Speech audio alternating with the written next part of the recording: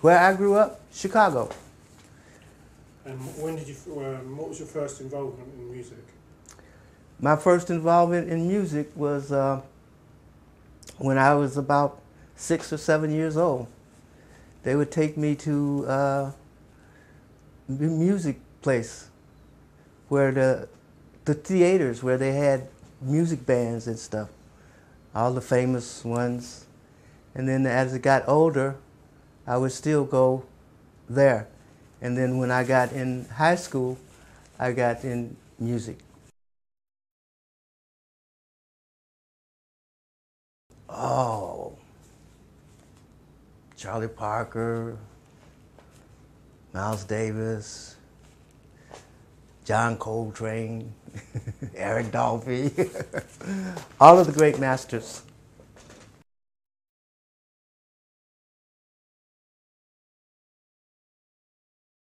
When I got discharged from the military and had bunches of problems, and I was introduced to this guy, I went to a music place, and this guy was playing the piano, and oh, it was something else. But anyway, he also had a group of young musicians that he would meet at a like a YMCA place, and once every week, every Tuesday, all of these guys between 14 and 20 would come in there and sit down, and he'd have them play music. But one of the big and most important things was that everybody who came in there had to start writing music themselves. And I met these guys, this guy Lester Bowie, this guy Roscoe Mitchell, and bunches of others were in this place. And for several months, it didn't do any public performance. It would only just be in there like at a school, in that room. And we would all play and all write. And if an individual wrote something that wasn't really good, Muhal would say it's good, but you have to repair it a little bit more. We had this teacher who was we'd have a regular class, and then he would have a special class for some of these kids who were interested in this music called jazz, and he would have a class with them, and that became very, very interesting. And he put himself in a little problem because the school board didn't like that, where he was teaching these kids something about jazz. I mean, he was teaching them all about Western music and master art music, you know, but he was also teaching them about this little old funny stuff, you know?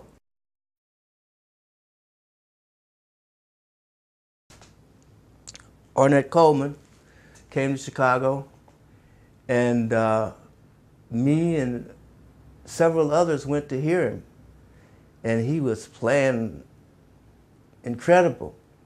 But the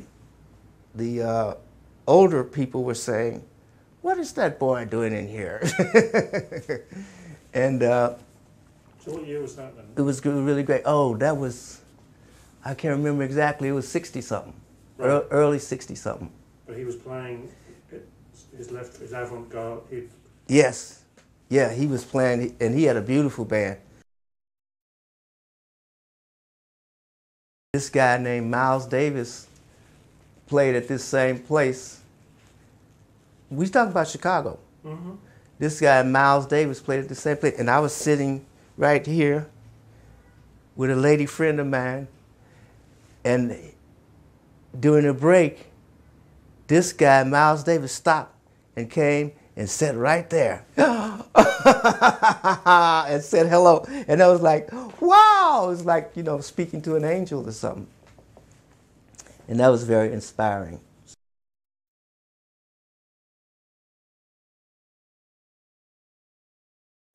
He considered it as a creative music workshop. We didn't do any jazz in there. We would do jazz only out of there. Like on Saturday, we would meet at a friend's house Saturday morning, and we would play some of that stuff called jazz. But I will never forget, one day, I got a record by this guy, Eric Dolphy. And I took that record over to, because we would start at 9 o'clock in the morning, and we would work till about 4 in the evening. And I played that weird guy's music, and everybody went, oh, wow, you know. So that was like a big beginning.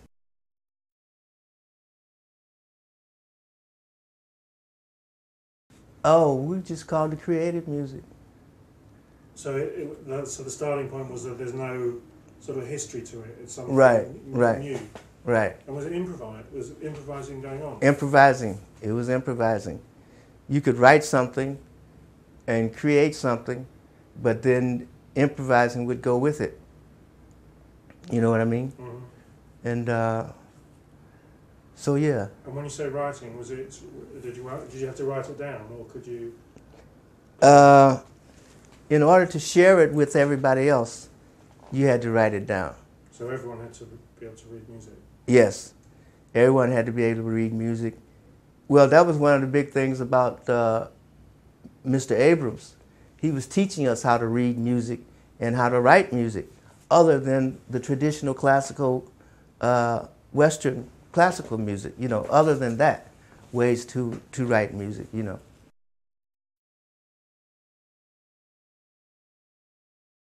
The class that he had, they demanded that at that place where we were studying that we do demonstrations, because they thought we was just down there goofing around, you know.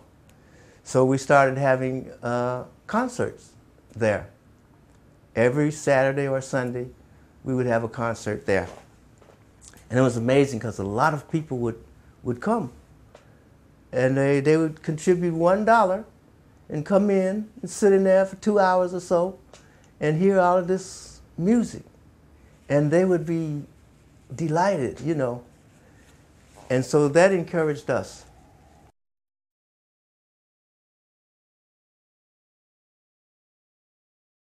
He started having a meeting, and he performed this organization called the AACM. And when he did that, it encouraged, you know, incredible individuality. And because he demanded that all the guys who played together do concerts for that AACM group, Association for the Advancement of Creative Musicians. And that was incredible, because when that got started, we would all be surprised many times whenever we played and looked out into the audience. There would be some of these masters in the audience. You sitting up there playing some of your stuff, and there's John Coltrane sitting back there. What is he doing?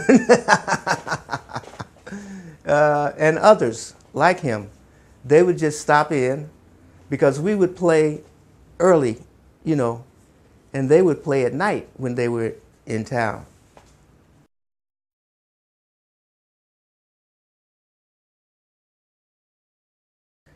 And during all that time, I developed a band. And there was this other guys who had developed a band too. Lester Bowie and Roscoe Mitchell, they developed a band. And I developed a band. And that was good. I made a little record, and they made a little record.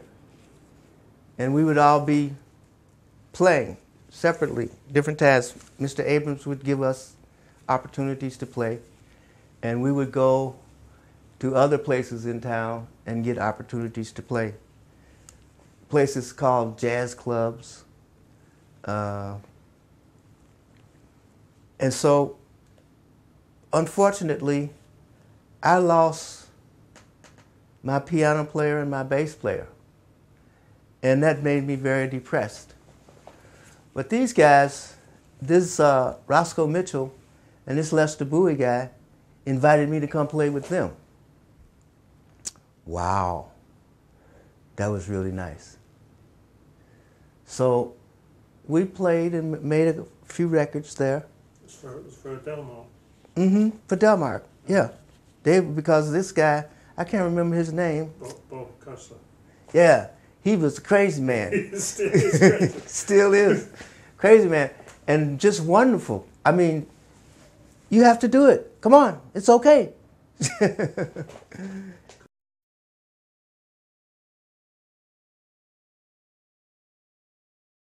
I mean, I would go to hear him in his band. I even got some lessons from some of his saxophone players. And I was invited to come play with his band. I went over there, but I was too afraid because they was too weird. But it was wonderful.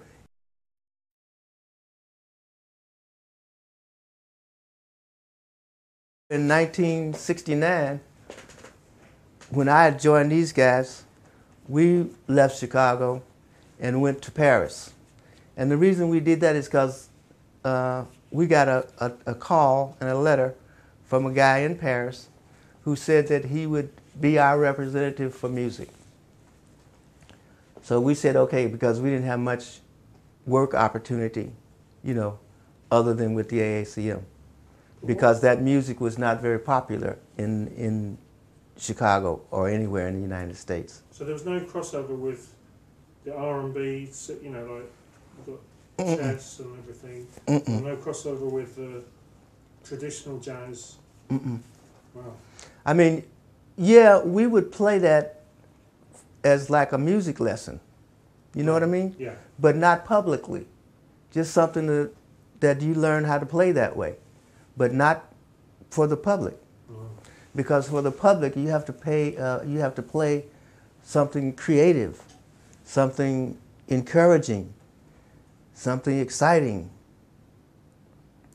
And when we went to Europe, when we went to Paris, we met a couple of guys there, and so they wanted to know a name for this band. So the name for the band was the Art Ensemble of Chicago. That was the name we gave them. And they sent us all over France, Germany, even sent us up across the river to this island called England.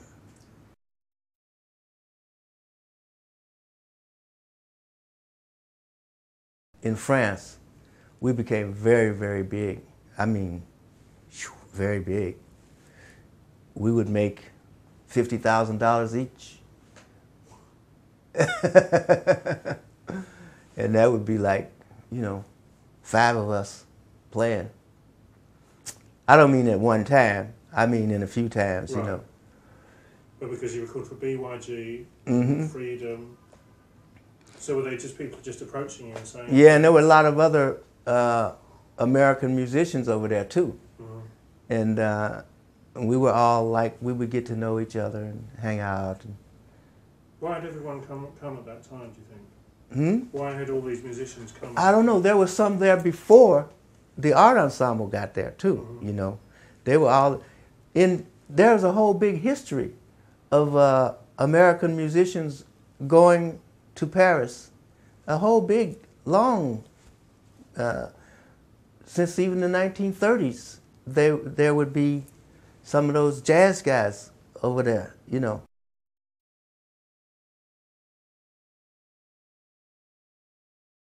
I don't know, they just hired us to participate in the film. And we would have to play, and then each of us would have to run our mouths, you know, talk. during the performance of the movie. And the movie would be okay, but then it would have a few little problems, and we would have to solve part of it, you know.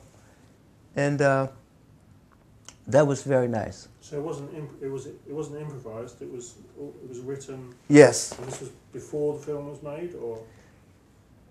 No, it was during the film was made. Why the film was made, I can't remember who came up with the idea, but they had the idea that these guys should be in this film.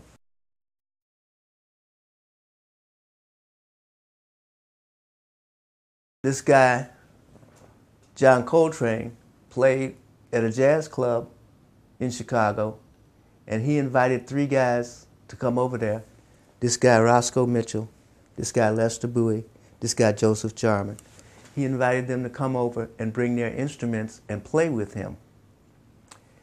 So we went over there, and this guy, Roscoe Mitchell, and Lester Bowie, they went on up on the stand. But the guy, Jarman, was too upset. He felt like he wouldn't be all right. So he wouldn't go up there and play. But he sat out there and listened, and it was wonderful. And this guy, Mitchell and Bowie, played so good with this Coltrane guy, you know, and this Eric Dolphy guy. I mean, with his old band. Wow. They didn't play too long, but they played played a nice little set. And that was very, very important. And all Jarman would do would be to have an opportunity to sit down with this Coltrane and talk and ask him a couple of questions and get incredible answers and, you know, and watch him. And Jarman had the opportunity to get every record that this Coltrane made. And he took his tenor saxophone and he would play with the records. And he would play what was on the record, copy what Coltrane had played, you know.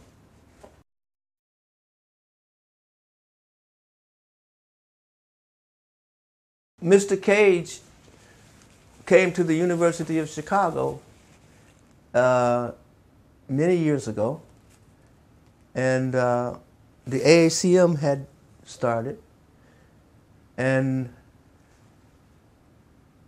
I was operating a music center at the University of Chicago and invite local musicians to come over and play. And then when this guy came, he had his orchestra there, and he invited me and Roscoe to come over and play with him at this theater. Anyway, we went down there and played with him in our own way, but it was creative. He would be sitting up on the stage playing stuff, and he'd have a couple of others up on the stage playing. And Mitchell and I would have to take our opportunity to walk around the theater playing, you know? Mm-hmm. And that was incredible. And he was a wonderful guy because he would run his mouth so good, and he had so many creative things to do and say. So that's how that got about.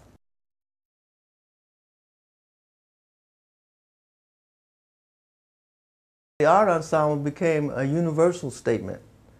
It played forms of music from elements from all over the world. For example, once it went to Australia. Is that the island south?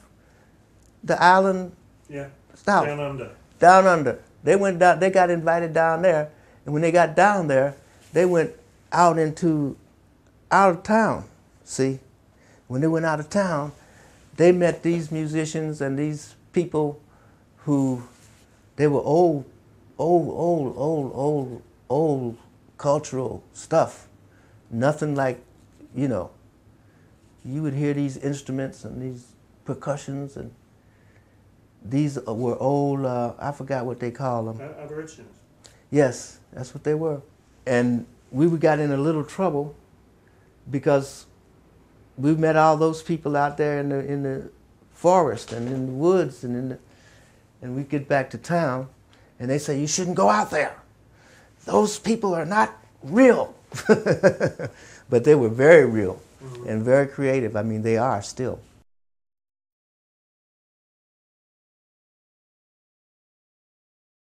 That's what it means, great black music, ancient to the future. But I don't have an exact explanation for that description, but that's what it became called. Because all of these Afro-Americans were going all over the world to play music with all people. But because of their tradition, that's how that name came up. And I didn't make the name, and I heard it, but I didn't register with it. You know, I mean, I rarely used it.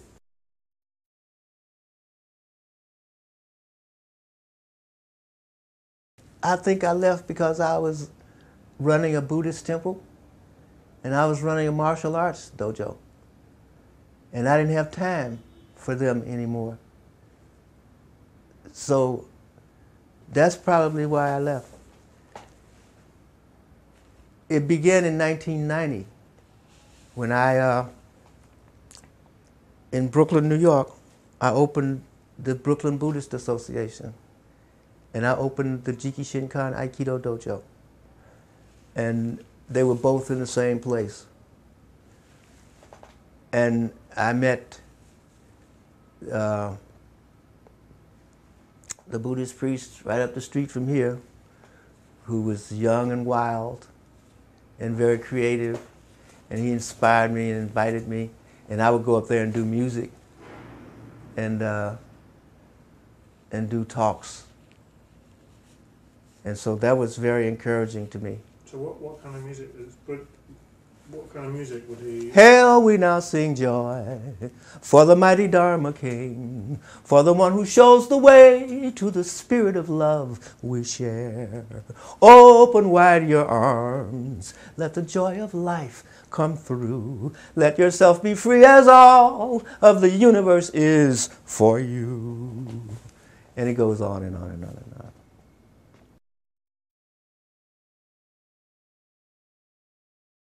Yeah, but different, not based just on that Buddhist perspective. It's just based on the world spirit perspective. Because when you go outside and it's a wonderful night and you look up in the sky and you see all them stars and you see all that stuff, it just vibrates down on you and make you look at it. And stuff comes into your mind. And you want to do it again. If you feel good, you'll do that. If you feel bad, you'll try to do that too, because it makes you feel better. To just not be bothered with other humans, just to be bothered with the whole universe. So anyway.